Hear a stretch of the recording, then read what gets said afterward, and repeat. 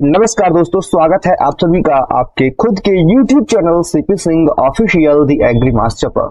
मेरा नाम चंद्र प्रकाश कुशवाहा है और आज मैं उपस्थित हूं आपके समक्ष आपको UP board class 10th agriculture के सेकंड चैप्टर को पढ़ाने के लिए। सेकंड चैप्टर जो हमारा अध्याय 2 जो हमारा वह है हमारा सिंचाई व जल निकास। यहाँ हम पढ़ेंगे इरिगेशन क्या है और ड्रेनेज सिस्टम क्या है, यानी सिंचाई क्या होती है, सिंचाई कितने प्रकार की होती है और जल से हम सिंचाई करते हैं, इसीलिए जल के कितने स्रोत हैं सिंचाई करने के लिए। तो इस चैप्टर जो हमारा सेकंड चैप्टर जो हमारा अध्याय 2 है सिंचाई व जल निकास, इसे 2 भागों में विभक्त किया है हमने। पहले भाग में जो लेक्चर नंबर 3 है मैं भी आपको बता रहा हूँ, नेक्स्ट लेक्चर नंबर 4 होने वाला है वह इसके आधे पार्ट पर होने वाला है। वहां हम बात करेंगे जो डिफरेंट सिंचाई की विधियां हैं उनके बारे में। यहाँ बात करने वाले हैं सिंचाई के बारे में, सिंचाई होती क्या है और सिंचाई जो है वह क्यों होती है कृषि के लिए, और जल के स्रोत क्या है। जो हमें सिंचाई करनी है वो जल से करनी है, जल के स्रोत कौन कौन से हैं सिंचाई के लिए, तो इतना अध्ययन हमें इस लेक्चर के अंतर्गत करना है। तो इस लेक्चर को बड़ी शिद्दत के साथ, मन के साथ मेरे साथ देखिए। मैं आपको बता रहा हूँ प्राइमरी सेशन में यह सेशन जो हमारा लेक्चर जो है चल रहा है, तो प्राइमरी सेशन में है। मैं आपको जो आप कमेंट कर रहे हैं ना, मैं आप सभी को देख पा रहा हूँ, जितने भी कमेंट कर रहे हो आप लोग, जितने भी कमेंट कर रहे हो, हाँ, लेकिन मैं आपका नाम नहीं ले पा रहा हूँ पढ़ाते हुए। क्यों नहीं ले पा रहा हूँ? क्योंकि ये वीडियो मैंने पहले रिकॉर्ड कर रखी है, दैट प्राइमरी सेशन में दे रहा हूँ लाइव की तरह। आप जो भी कमेंट कर रहे हैं मैं देख पा रहा हूँ और आपको टाइप करके आपके जो भी समाधान होगा मैं प्रोवाइड करने की कोशिश करूंगा। तो वीडियो में अंत तक जुड़े रहिएगा, क्योंकि इस वीडियो में आपको आधा जो पार्ट है हमारे इस चैप्टर का वो फिनिश हो जाएगा, वह समझ में आ जाएगा। तो दोस्तों, अगर आप इस चैप्टर को ढंग से देख लेते हैं ना, तो इस चैप्टर से कई सारे प्रश्न आपके परीक्षा में पूछे जाते हैं, चाहे वो एमसीक्यू टाइप क्वेश्चन हो या फिर वो वेरी शॉर्ट का, या फिर शॉर्ट टाइप आंसर क्वेश्चन हो या फिर लॉन्ग का हो। लॉन्ग का भी यहाँ पर प्रश्न बन जाता है, वैसे तो बनना नहीं चाहिए लेकिन बन जाता है। इस चैप्टर से 2 या 3 जो भी हमारे टॉपिक्स रहेंगे उनको मिक्स करके जो एग्जामिनर्स होते हैं वो बना देते हैं, जो प्रश्न पत्र बनाने वाले शिक्षक होते हैं, और प्रश्न पत्र में ऐसे प्रश्न डाल देते हैं आपको घुमाने के लिए। तो चलिए देख लेते हैं क्या अध्ययन हमें यहाँ करना है। तो दोस्तों, यह हमारा लेक्चर नंबर 3 है जो आप देख पा रहे हैं। यह सिंचाई पढ़नी है। सिंचाई का कृषि के लिए महत्व क्या है, जल के स्रोत कौन से हैं। देखिए सिंचाई क्या है पहले देख लेते हैं। कृषि में सिंचाई का एक अत्यंत महत्वपूर्ण स्थान है। देखिए दोस्तों, बहुत ही ज्यादा इंपॉर्टेंट पोजीशन है, बहुत ही ज्यादा इंपॉर्टेंट एक स्थान है किस चीज का, सिंचाई का। यदि सिंचाई ना हो तो कृषि बिल्कुल ना होगी भाई। सिंचाई यदि ना हो तो कृषि बिल्कुल नहीं होगी। खाने पीने के लाले पड़ जाएंगे, खाने के लिए अनाज पैदा नहीं होने वाला है यदि कृषि में सिंचाई ना हो तो। सिंचाई से ही सारी चीजें चलती हैं। हम भी है भाई, अगर हमें पानी ना मिले तो हम भी खत्म हो जाएंगे, हम भी ना चलेंगे। इसी ऐसे प्लांट होते हैं, प्लांट्स को पानी ना मिले तो प्लांट भी खत्म हो जाएंगे। जैसा कि आप लोग रेगिस्तान में देखते ही हैं, वहां प्लांट बहुत कम होते हैं। क्यों कम होते हैं? क्योंकि वहां पानी इतना नहीं है।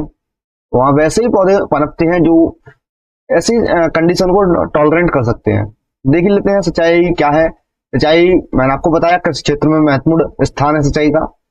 देखिए यह है कि ऐसी प्रोसेस है जहां हम भूमि को या अपने खेत को कृत्रिम तरीके से सींचते हैं, यानी एक आर्टिफिशियल तरीके से, आर्टिफिशियल रूप से सींचते हैं। एक ऐसी प्रक्रिया है, एक ऐसी प्रोसेस है जिसमें हम अपनी भूमि को, अपने खेत को आर्टिफिशियली सींचते हैं, आर्टिफिशियली वहां सिंचाई करते हैं, आर्टिफिशियली पानी पहुंचाते हैं।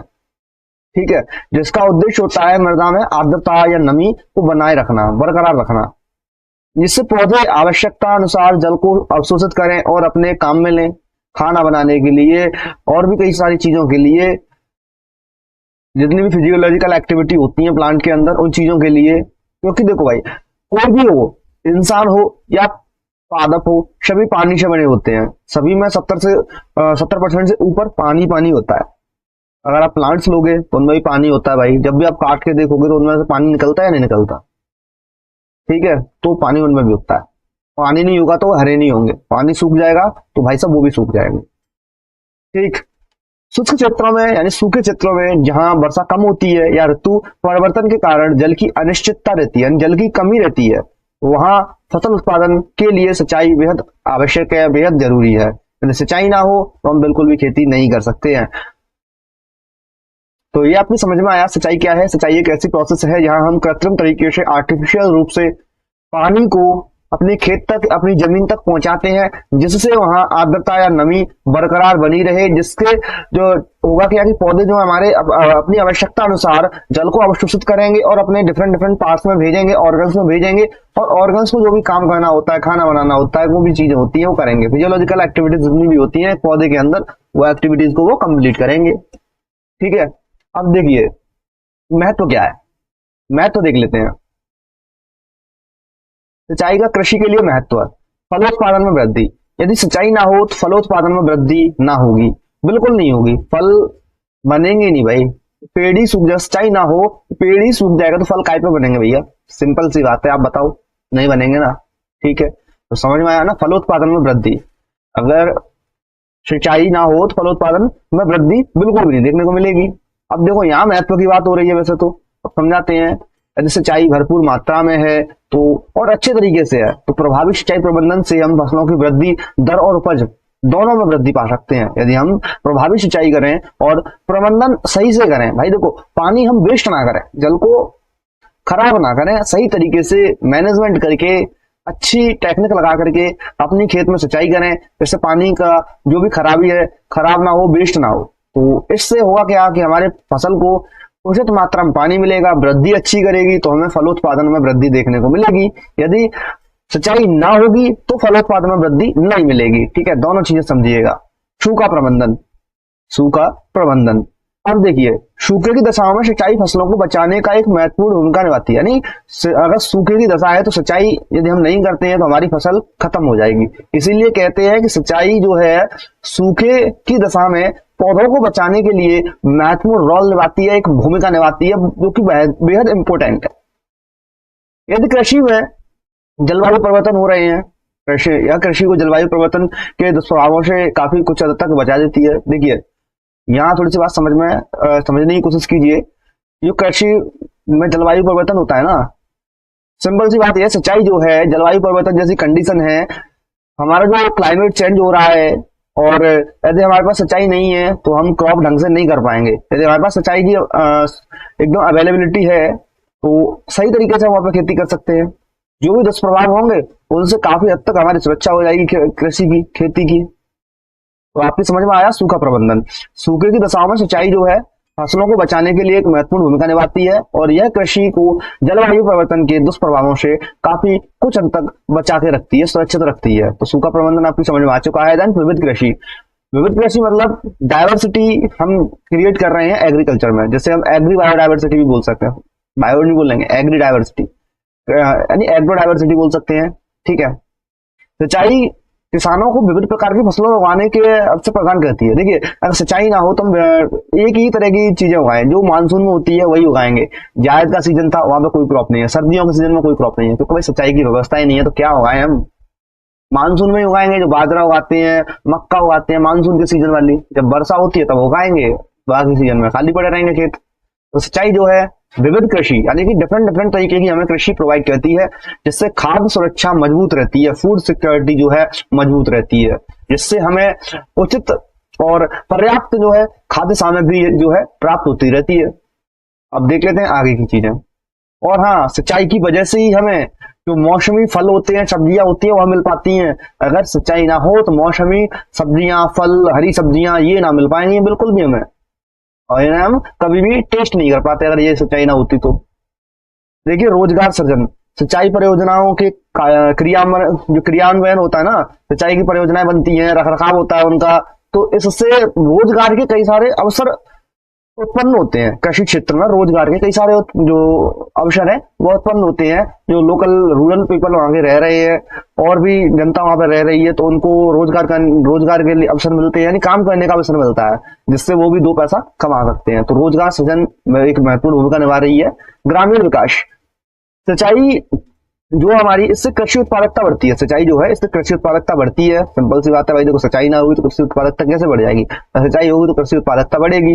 अब इससे होगा क्या कि जो ग्रामीण क्षेत्र के लोग हैं, किसान हैं हमारे, उनकी आय में वृद्धि होगी। ग्रामीण क्षेत्र जो है वहां की अर्थव्यवस्था जो है वह सुधरेगी और मजबूत बन जाएगी। तो ग्रामीण का जो क्षेत्र है वहां का विकास हो रहा है, हमारे रूरल एरियाज जो है उनका विकास हो रहा है, उनका अपलिफ्टमेंट हो रहा है। तो यहाँ आपकी समझ में आई होंगी बातें, सिंचाई क्या है, सिंचाई का महत्व क्या है। अब देख लेते हैं आगे क्या लिखा है। आगे है जल के स्रोत, कुआं, नलकूप, बांध, नहरें, तालाब, नदियां। इनके बारे में हमें यहां पढ़ना है।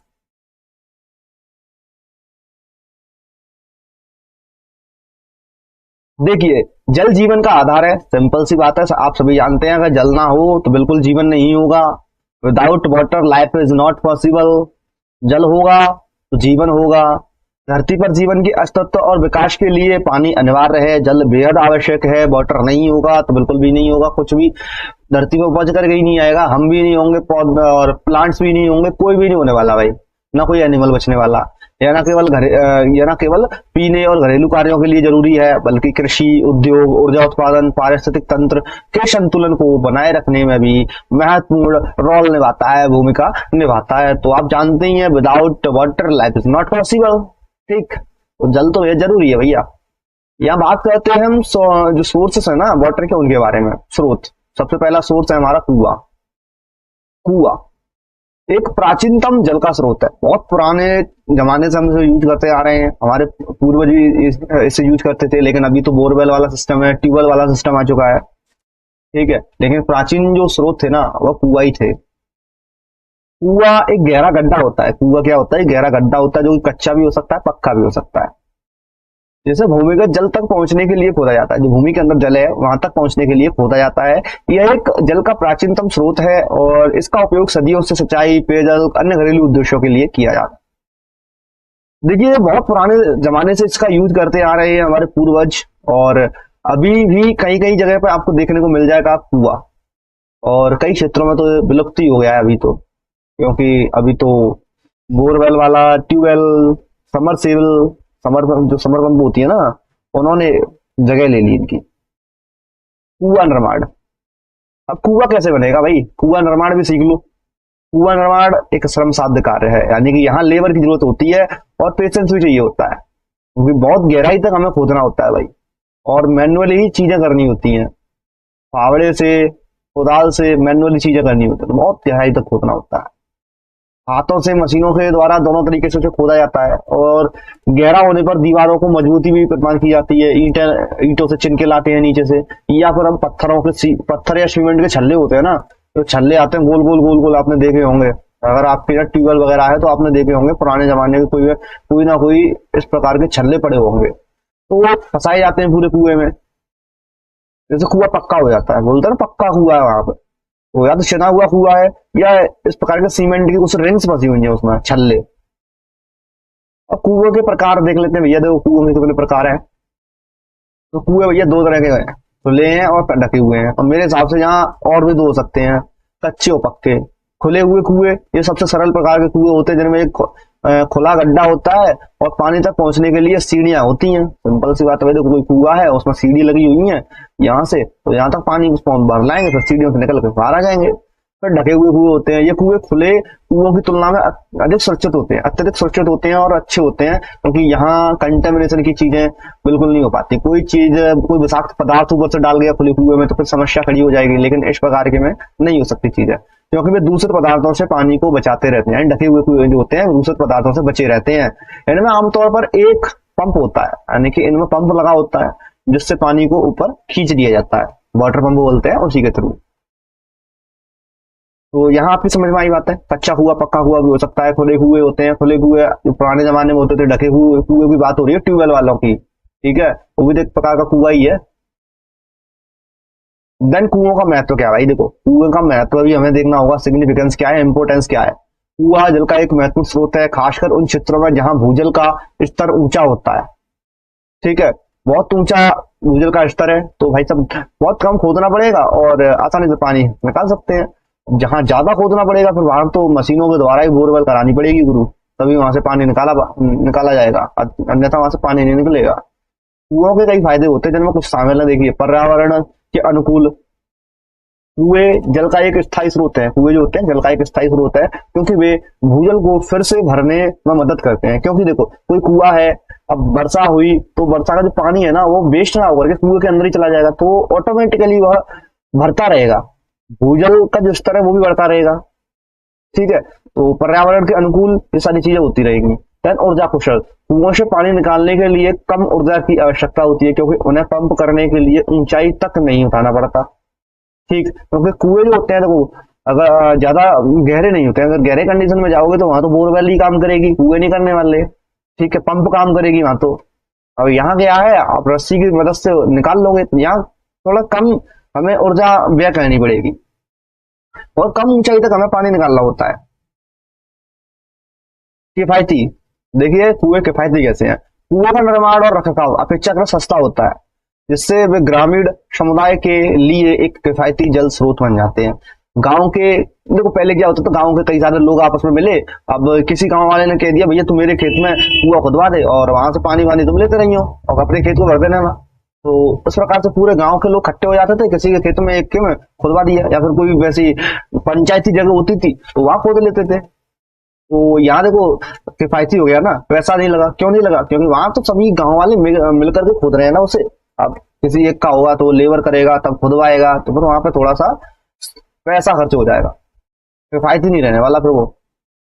देन कुओं के उपयोग सिंचाई के लिए, पेयजल के लिए, घरेलू उपयोग के लिए, ठीक है, नहाने के लिए, पीने के लिए, धोने के लिए, ठीक है, और सिंचाई के लिए तो आप जानते ही हैं, खेत में पानी देने के लिए। अन्य उपयोग भी किए जा सकते हैं, मत्स्य पालन, पशुधन के लिए, और भी कई क्षेत्रों में उद्योगों के लिए। तो कुएं का कई सारा उपयोग है भाई। देन अगला हमारा जो जल का स्रोत है, नलकूप है। जल का एक आधुनिक स्रोत। कैसा स्रोत? आधुनिक स्रोत। नलकूप एक गहरा कुआं होता है। कैसा होता है? नलकूप एक गहरा कुआं होता है जिससे पानी जो है पंप के द्वारा ही निकाला जाता है। विदाउट पंप पानी यहां से नहीं निकाला जा सकता। नलकूपों का उपयोग बड़ी मात्रा में पानी निकालने के लिए किया जाता है, जैसे सिंचाई के लिए, पेयजल, औद्योगिक उपयोग के लिए। नलकूप का निर्माण कैसे करते हैं? नलकूप का निर्माण एक जटिल प्रक्रिया है, बहुत डिफिकल्ट प्रक्रिया है, डिफिकल्ट प्रोसेस है, जिसमें कई चरण शामिल है।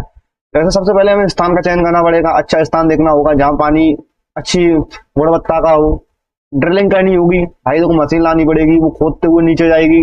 यहाँ में बर्मा लगा होता है, उसमें एक मतलब आगे की तरफ सिस्टम लगा होता है, वो खोदता हुआ चला जाता है। नलकूप का आवरण, छेद को ढकने के लिए, बचाने के लिए, जो भी हमने नलकूप बनाया है उसके लिए एक स्टील का आवरण लाना होता है या किसी और का भी लाना होता है, तो वो आवरण लेना होता है जिससे वो ढक जाए। स्क्रीन का इंस्टॉलेशन, स्क्रीन को भूजल और नलकूप में प्रवेश करने के और गाद, रेत, अन्य अशुद्धियों को बाहर रखने की अनुमति देने के लिए आवरण में स्थापित किया जाता है। तो स्क्रीन का इंस्टॉलेशन बेहद जरूरी है। स्क्रीन क्या है? गूगल सर्च कर लेना, आपको समझ में आ जाएगा स्क्रीन क्या है जो नलकूपों में यूज होती है। पंप का इंस्टॉलेशन होता है जब हमारी बोरवेल खुद चुकी है, अब पंप का इंस्टॉलेशन होगा। पानी की सतह तक लाने के लिए एक पंप को नलकूप में स्थापित किया जाता है। पंप का प्रकार नलकूप की गहराई और पानी की मात्रा पर निर्भर करता है जिसे निकालना जाना चाहिए। देखिए, पंप का इंस्टॉलेशन करने के बाद में वहां पर लोडिंग भी डाली जाती है, पाइप से बंधी हुई पंप होती है, वो नीचे फंसाई जाती है। फंसाने के बाद यहाँ पे पंप रखी हुई है। अब ये या तो हमारी जो पहले जनरेटर वगैरह होते थे उनसे खिंचा जाता था पानी, तो पट्टी डालनी होती थी, पटा वगैरह। ठीक है, अगर ये नहीं है भैया तो फिर अब तो इलेक्ट्रिक वाली चीजें हैं, मोटर अपने आप ही पानी खींच के देगी ऊपर, और ये पाइप उसमें बेहद जरूरी है फंसाना। आप सभी यार समझदार हो, कैसे डालना होता है।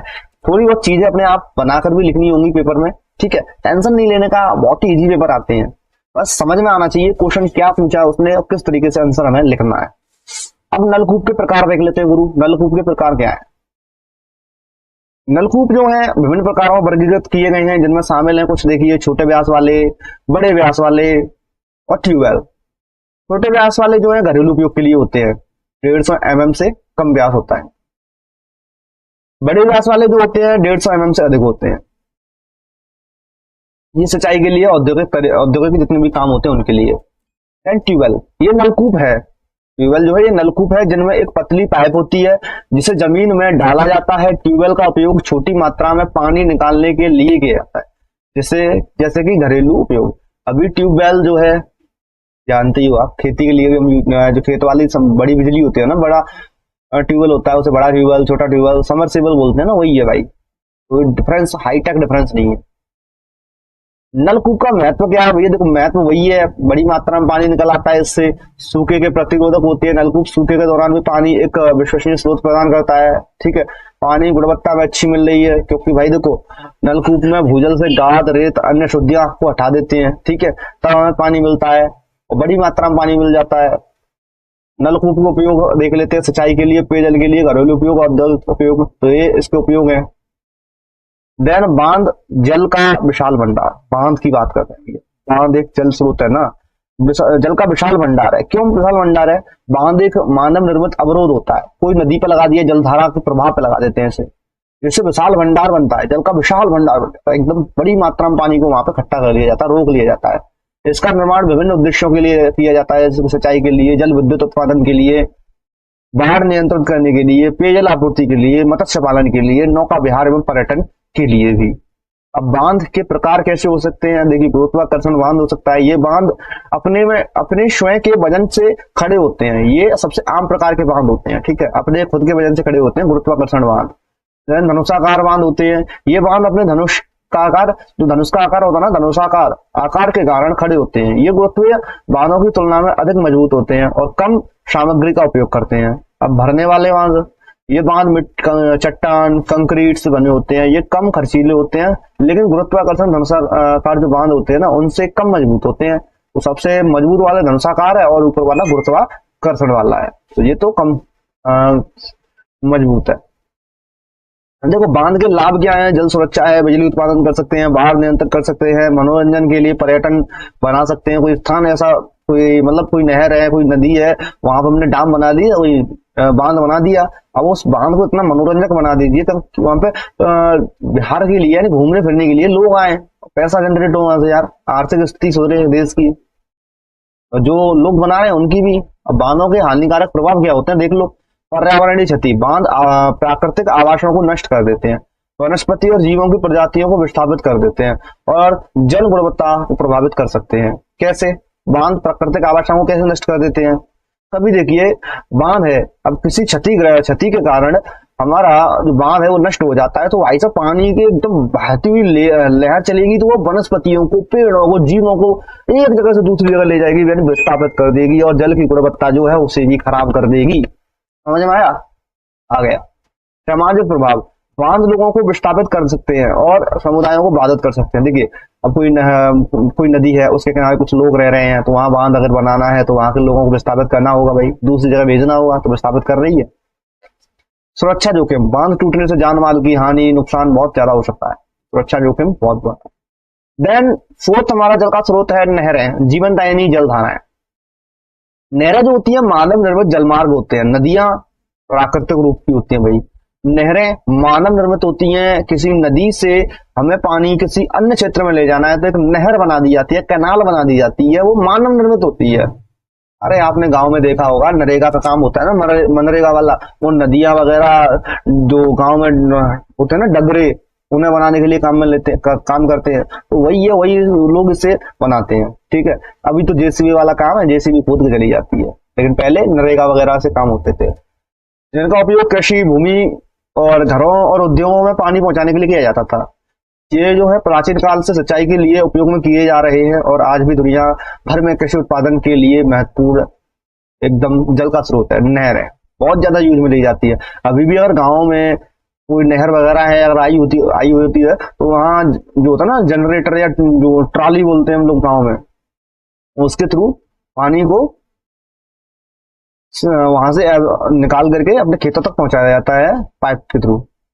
देखिए रूटिंग एंड डिजाइन, अगर हमें नहर बनानी है तो रूटिंग एंड डिजाइन करनी होगी। सबसे पहले हमें सावधानी पूर्वक चयन करना होगा नहर के मार्ग का, सुनिश्चित करना होगा बीच में कोई गलत क्षेत्र तो नहीं आ रहा है, कम ढलान वाले क्षेत्र का अनुसरण करना होता है, जल स्रोत से गंतव्य तक कुशलतापूर्वक पानी पहुंच सके, ऐसी चीजों को हमें ध्यान में रखना होता है। तो यहाँ पर हमें सबसे पहले डिजाइन करनी होती है, एक मैप बनाना होता है। ठीक, खुदाई करनी होती है, खुदाई करने के लिए आप बुलडोजर का यूज कर सकते हैं, उत्खननकर्ताओं द्वारा करवा सकते हैं और मानव के द्वारा तो होती ही है। आस्तरण, नहर के तल और दीवारों को कंक्रीट, ईंट या प्लास्टिक जैसी सामग्री से पंक्तिबद्ध किया जाता है ताकि पानी के रिसाव को कम किया जा सके।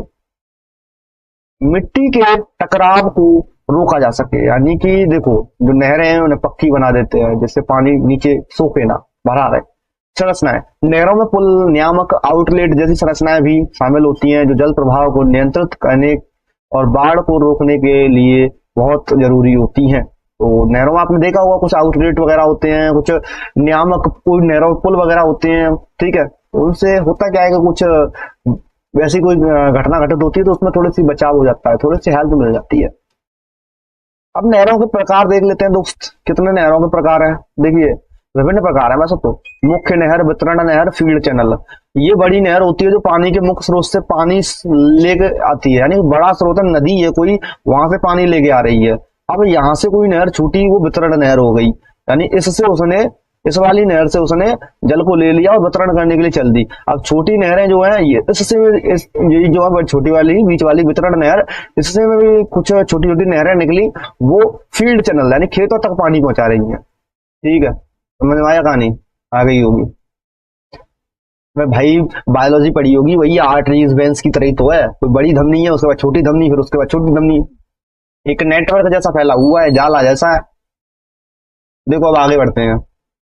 नहरों का महत्व, तो नहरों का महत्व वही है, सिंचाई के लिए पानी मिल जाता है, पेयजल की आपूर्ति हो जाती है, जल विद्युत जो है वह उसका काम हो जाता है, परिवहन का काम हो जाता है। यानी कुछ नहरों का उपयोग जो है नावों द्वारा माल और लोगों के परिवहन के लिए किया जा सकता है। नहरों से बहते पानी का उपयोग जल विद्युत उत्पादन के लिए किया जाता है। तो ये काम है भैया, हो जाते हैं, इसलिए इनका महत्वपूर्ण लाभ है इनसे हमें।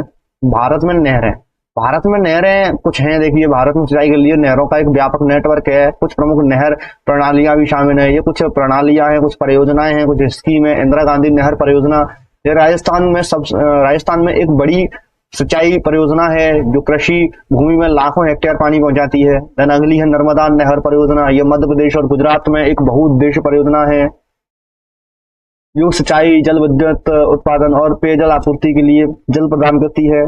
कृष्णा गोदावरी नहर प्रणाली है, यह आंध्र प्रदेश तेलंगाना में एक व्यापक नहर प्रणाली है जो लाखों लोगों को सिंचाई और पेयजल प्रदान करती है। देन तालाब, जल का प्राकृतिक भंडार, ये हमारा जल का प्राकृतिक भंडार है भाई, ये पांचवा जल का स्रोत है।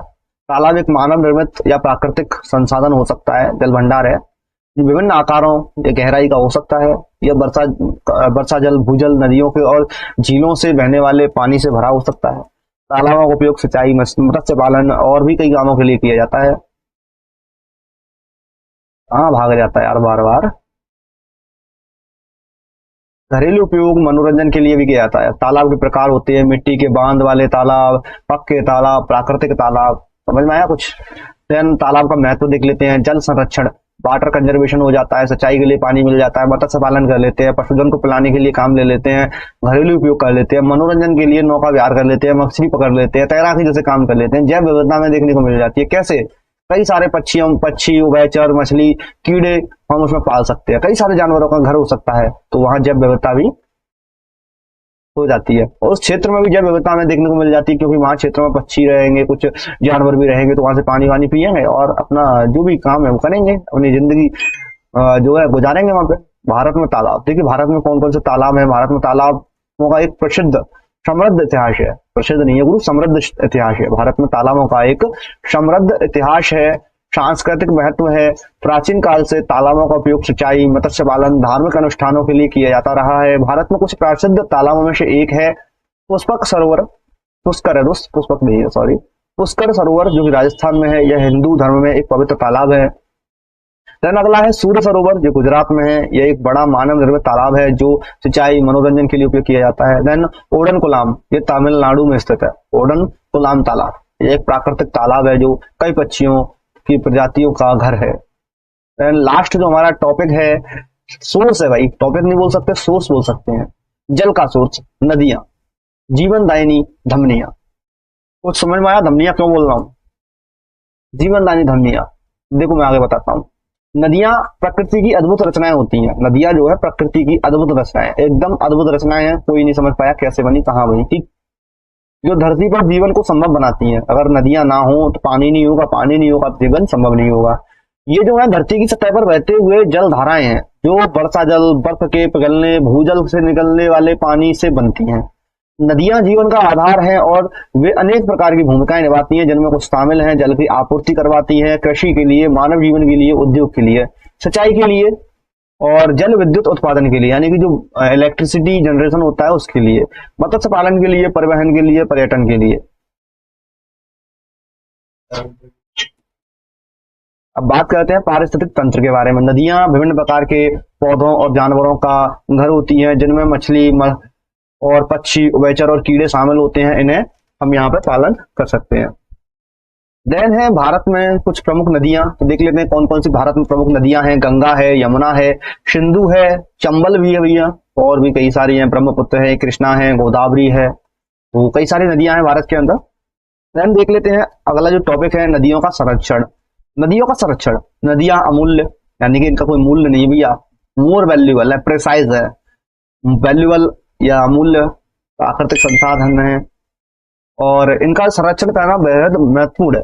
यदि हम इनका संरक्षण नहीं करेंगे तो एक दिन ये नष्ट हो जाएंगी और हमारे हाथ से निकल जाएंगी और हमें कुछ भी नहीं मिलने वाला। तो मानवीय गतिविधियों जैसे औद्योगिक प्रदूषण, कृषि अववाह और वनों की कटाई से नदियों को भारी नुकसान हो रहा है। नदियों को बचाने के लिए हमें इन गतिविधियों को नियंत्रित करना होगा। नदियों के किनारे क्षेत्रों को संरक्षित करने के लिए ठोस कदम उठाने होंगे, तब जाके हम नदियों का संरक्षण कर पाएंगे। और नदियों को, मेरा मानना भाई देखो, नदियों को बिल्कुल गंदा ना करें। कुछ देखो हमारे धर्म में होता क्या, हिंदू धर्म में गलत, मतलब गलत नहीं है, मैं कुछ ये नहीं कहता गलत है, नदियों में मटका बहा दिया उनने, ठीक है, कुछ पूजा की सामग्री बची हुई है, धूप बत्ती है, फूल वगैरह, वो बहा दिए। भैया ऐसा ना करो यार। धूप बत्ती की राख होती है, उस राख को आप लोग खेती में यूज कर सकते हो। आपके घर में तुलसा जी का पौधा होता है या कोई और है, तुलसी जी है या केले का पौधा आपने लगा रखा, कोई भी पौधा आपने लगा रखा है, तो उस राख को आप उनमें यूज कीजिए। उस खाद, एक तरह से खाद का काम करती है ये राख, तो आप मिट्टी में मिला दीजिए। वहां पे फूल है, फूल को गलाने के लिए रख दीजिए, नहीं तो गाय को खिला दीजिए। फूल माला जो है ना, माला में से तोड़ने के बाद में आप जो धागा होता है उसे निकाल लीजिए, उस धागा को आप जला दीजिए, नष्ट कर दीजिए। नहीं तो जो फूल बचे हुए हैं ना, गाय को खिला दीजिए, नहीं तो उनका खाद बन जाता है अच्छा खासा, उनको गला लीजिए। गलाने के बाद अपनी खेती में यूज कर सकते हो आप। तो आप ऐसे काम ना कीजिए। अब आप कहोगे भैया देखो पूजा वाली चीजें खेत में कैसे डाल रहे हैं, आप नदी में तो डाल रहे हो, खेत में डाल रहे हो, नदी में डाल रहे हो, बात तो एक ही है। खेत में डालोगे काम में आएगी, नदी में क्या काम में आएगी? जो नदी के अंदर जीव रह रहे हैं उनको और नुकसान हो रहा है इससे, मछलियों को नुकसान हो रहा है और भी जो जलचर हैं उनको नुकसान हो रहा है। तो समझो यार, अभी बहुत हाईटेक हम हो चुके हैं, बहुत अच्छी चीजें पढ़ रहे हैं, मोबाइल देख रहे हैं भैया, बहुत चीजें देख रहे हैं, लेकिन कुछ साइंस वाली चीजें लगाओ यार। कि जो प्राकृतिक संसाधन है अगर हम उन्हें खत्म कर देंगे तो हमें क्या मिलेगा? क्या आगे भविष्य में कुछ नहीं मिलने वाला, खत्म हो जाएंगी चीजें। फिर क्या क्या लेके बैठोगे? कटोरा? कटोरा में भी कोई नहीं देखा भाई आगे, ठीक है। तो मटके वाली चीज हुई, ये बताना भूल गया, मटके वाली चीज हुई गुरु। तो अब मटका भी जो होता है, आप मटके के अंदर जो सामग्री है ना, उसे नदी के किनारे जो है वहां कई सारे स्थान बने होते हैं, तो वहां आसानी से उन्हें नष्ट कीजिए।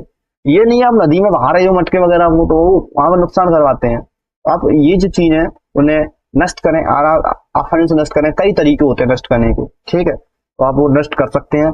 और नदियों को बिल्कुल गंदा ना करें। प्राकृतिक हमारे पास ये संसाधन है, अमूल्य निधि है, अगर हम इन्हें खत्म कर देंगे तो फिर हमारे पास कुछ नहीं बचने वाला। तो दोस्तों इतना ही था इस लेक्चर के अंतर्गत। नेक्स्ट जो पार्ट है इस चैप्टर का, लेक्चर नंबर 4 बहुत जल्द आने वाला है। इस लेक्चर नंबर 3 को अपना सपोर्ट दीजिए, प्यार दीजिए। जो भी बातें समझ में आई है हमें आपको बताई है, आपने हमसे सीखी है, ठीक है, तो उनको मतलब उनको भी आप माइंड में रिकॉल कीजिए, समझिए। और यदि ना कुछ भी समझ में ना आया हो ना, तो एक बार वीडियो को रिवाइंड कर लीजिए, समझ लीजिए टॉपिक को, ठीक है। फिर भी कोई टॉपिक छूटता है तो आप हमें इंस्टाग्राम में मैसेज कर दीजिए, आपके टॉपिक को हम बहुत जल्द समझाने की कोशिश करेंगे नेक्स्ट वीडियो में, ठीक है। जब भी नेक्स्ट लेक्चर लाएंगे उससे पहले आपके टॉपिक को समझा देंगे, जो भी टॉपिक रह गया होगा, ठीक। और हाँ, हमारे चैनल को सब्सक्राइब तो करना ही है आपको। अगर सब्सक्राइब नहीं करोगे तो आपको लेक्चर्स नहीं मिल पाएंगे टाइम से। सब्सक्राइब कर लोगे और बेल आइकन जो है उसे ऑल पर सेट कर दीजिएगा, जिससे हर वीडियो का आपको नोटिफिकेशन मिल जाएगा। हमारा जो चैनल है वैल्यूएबल इंसाइट देता है, गाइडेंस देता है एग्रीकल्चर एंड एजुकेशन सेक्टर में, इसीलिए आप हमारे चैनल को सब्सक्राइब कर लीजिए। अगर सब्सक्राइब नहीं करते हैं तो भाई देखो, डेली फ्री लाइव क्लासेस को आप मिस कर सकते हैं, रिकॉर्डेड वीडियोस को मिस कर सकते हैं, फ्री टेस्ट को मिस कर सकते हैं, पीडीएफ नोट्स नहीं मिल पाएंगे, तो कई सारी चीजें आपको नहीं मिल पाएंगी। तो इसीलिए लाइक कमेंट शेयर करिए और अपना जो भी प्यार है ना चैनल के लिए दिखाइए भैया। अगर आप हमें प्यार दिखाएंगे तभी चीजें आगे बढ़ पाएंगी, क्योंकि इतनी मेहनत से लेक्चर रिकॉर्ड कर रहे हैं, अगर हमें चीजें ना मिलेंगी, कोई भी हमें सपोर्ट नहीं मिलेगा तो क्यों बनाने लगे हम। तो आशा करते हैं यह लेक्चर आपकी समझ में आ गया होगा। ठीक है, अगर नहीं आया है तो वीडियो को रिवाइंड करके देख लीजिएगा, समझ में आ जाएगा, दोबारा से देख लीजिएगा। ठीक, तो अब मिलेंगे आपसे नेक्स्ट लेक्चर में, तब तक के लिए जय हिंद जय भारत। तेरा मुस्कुराना गजब हो गया, गजब हो गया, तुम जब से मिले न जाने क्या हो गया, तेरा मुस्कुराना गजब हो गया।